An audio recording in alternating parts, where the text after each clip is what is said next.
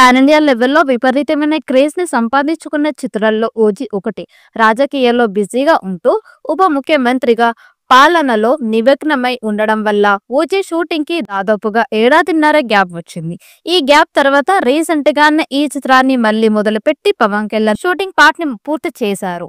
Balance కొద్దిగా patch work ని ముంబైలో గత 3 రోజుల నుండి చేస్తూ ఉన్నారు. అయితే ఇప్పటికే ఈ సినిమాకి సంబంధించిన ఫస్ట్ హాఫ్ వర్క్ మొత్తం రీ రికార్డింగ్ మరియు ఎడిటింగ్ తో సహా పూర్తి అయ్యిందట.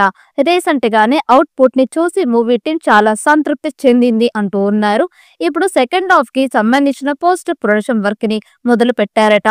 ఇక నెల రోజుల్లో ఇది కూడా పూర్తి అవుతుందని అంటూ ఉన్నారు. ఆగస్టు మొదటి వారం నుండి గ్రాండ్ గా ప్రమోషన్స్ ప్రారంభిస్తారట. ముందుగా మొదటి లిరికల్ సాంగ్ ని విడుదల చేయడానికి సిద్ధంగా ఉన్నారు. వాస్తవానికి ఈ నెలలోనే విడుదల చేయాలని అనుకున్నారు, కానీ హరిహర వీరమల్లు కోసం ఆపారు. ఇప్పుడు ఆ సినిమా వాయిదా పడింది. దీంతో ఓజీ మేకర్స్ కూడా ప్లాన్ మార్చుకున్నారు. ఆగస్టు నుండి పవన్ కళ్యాణ్ ఫ్యాన్స్ కి రోజుకి ఒక అప్డేట్ వస్తుందట. 14 ప్రోమో కట్స్ ని ఇప్పటికే డైరెక్టర్ సుజిత్ సిద్ధం చేసి పెట్టి ఉన్నారట. వీటిని వారానికి ఒకటి వదిలేలా ప్లాన్ చేస్తూ ఉన్నారు.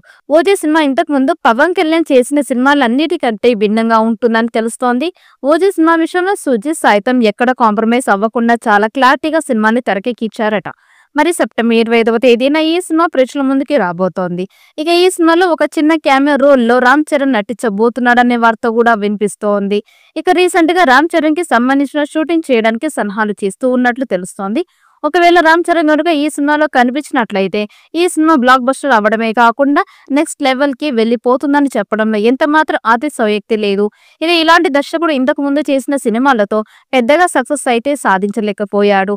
ఈ వీడియో మీకు నచ్చినట్లయితే లైక్ చేయండి, షేర్ చేయండి. మరిన్ని అప్డేట్ కోసం మన ఛానల్ ని సబ్స్క్రైబ్ చేసుకోండి. ఈ వీడియోపై మీ అభిప్రాయాన్ని కామెంట్ బాక్స్ లో కామెంట్ చేయండి. నోటిఫికేషన్ కోసం పక్కనే ఉన్న గంట సింబల్ ని గట్టిగా నొక్కండి.